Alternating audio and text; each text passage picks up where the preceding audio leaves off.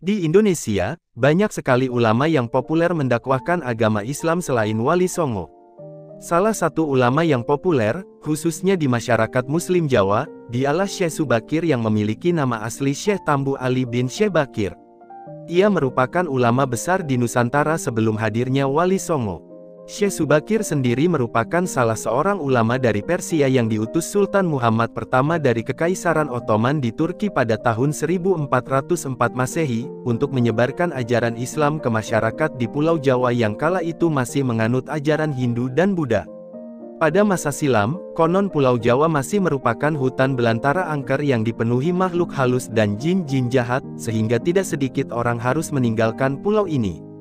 Syekh Subakir adalah salah seorang wali yang mempunyai karomah ruqyah atau kekuatan melawan makhluk gaib. Karena alasan itulah, Sultan Muhammad pertama memerintahkan 9 ulama, salah satunya adalah Syekh Subakir sebagai ketua rombongan untuk mensiarkan agama Islam di Pulau Jawa. Sosok Syekh Subakir hadir sebagai jalan untuk membuka dan membinasakan para jin, siluman dan brekasan penghuni tanah Jawa. Amanah tersebut pun diemban oleh Syekh Subakir lantaran ulama-ulama yang diutus berdakwah ke tanah Jawa sering gagal dan pulang dengan tangan hampa. Hal ini dikarenakan masyarakat Jawa tempo dulu masih kuat memeluk kepercayaan lama dan keangkerannya tanah Jawa. Mereka masih menyembah benda-benda, arwah leluhur, dan hal-hal lain. Aliran yang paling banyak dianut oleh masyarakat Jawa adalah sekte Tantrisme, atau sekte yang menggabungkan antara dua agama yakni Buddha dan Hindu Siva.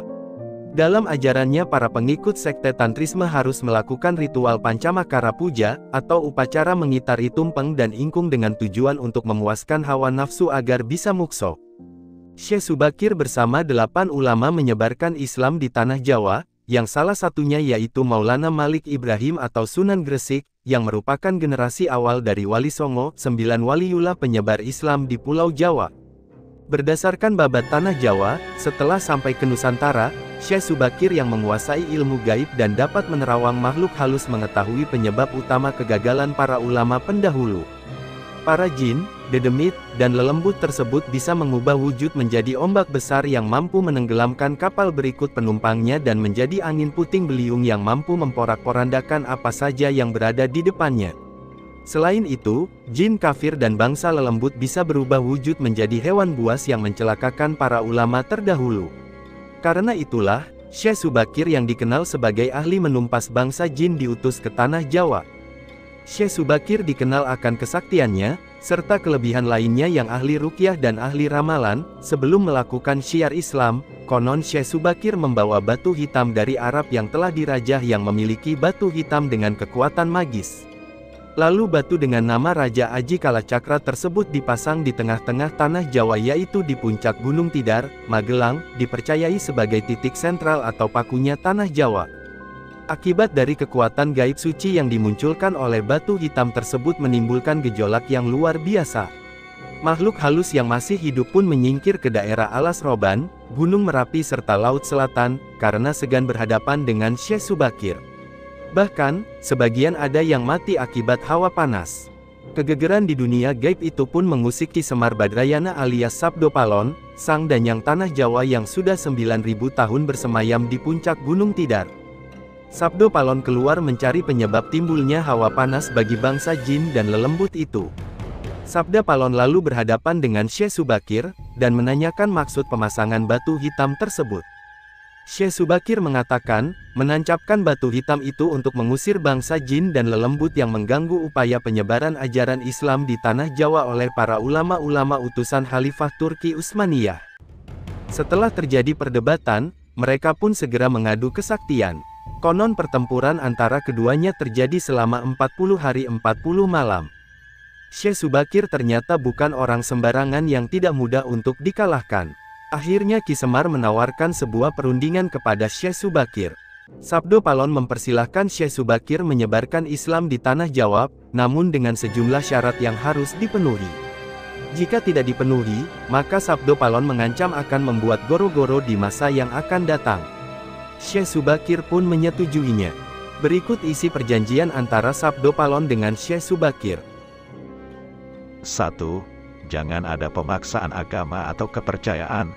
Silahkan kembangkan ajaran Islam sesuai dengan kitab yang diakuinya.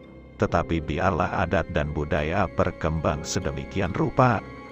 2. Jika hendak membuat bangunan tempat pemujaan atau ibadah, buatlah yang bangunannya nampak gaya Hindu Jawa, walau isi dalamannya Islam. 3. Jika mendirikan kerajaan Islam, maka ratunya harus campuran Hindu dan Islam. 4. Jangan jadikan orang Jawa menjadi orang Arab, biarkan mereka tetap menjadi orang Jawa. Hati-hati jika orang Jawa hilang kepribadian dan budi pekertinya. Jika hilang, maka dia akan datang lagi membuat gara-gara atau onar. Syarat-syarat itu pun disetujui oleh Syekh Subakir dan tetap menghormati. Namun, jika suatu saat kelak karena perkembangan zaman, maka itu bukan kuasanya lagi. Syekh Subakir pun melanjutkan amanah yang diemban untuk menyebarkan agama Islam dan berdakwah di Pulau Jawa. Dalam syiarnya, Syekh Subakir bisa diterima penduduk Jawa, karena dengan menjunjung tinggi tata krama, Syekh Subakir berhasil mengambil hati orang Jawa dan tidak pernah mengusik nilai keyakinan dan kebudayaan penduduk Jawa yang sudah mapan. Sebelum masuk ke dalamnya, Syekh Subakir lebih dulu menyelami situasi kebatinan orang Jawa. Syekh Subakir datang dengan merangkul. Sebelumnya menata manusianya, ia lebih dulu menata tempatnya atau daerahnya. Selain ahli dalam meruqyah, Syekh Subakir juga pengusaha yang sangat ulung. Beliau memiliki keahlian lainnya, yaitu seorang ahli ekologi atau ahli lingkungan, meteorologi dan geofisika.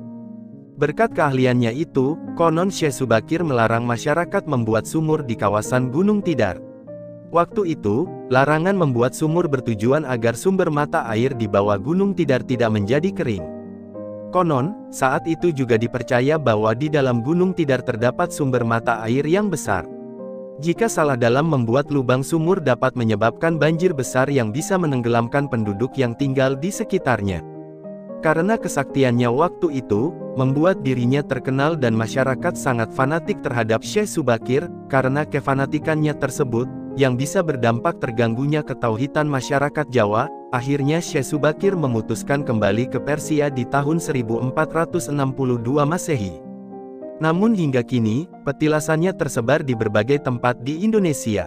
Salah satunya berada di Gunung Tidar, Lamongan, Tuban, Gresik, dan Blitar. Hingga kini, sosoknya begitu melegenda di kalangan masyarakat Jawa dan seantero, yang sering dikaitkan dengan hal-hal yang mistis.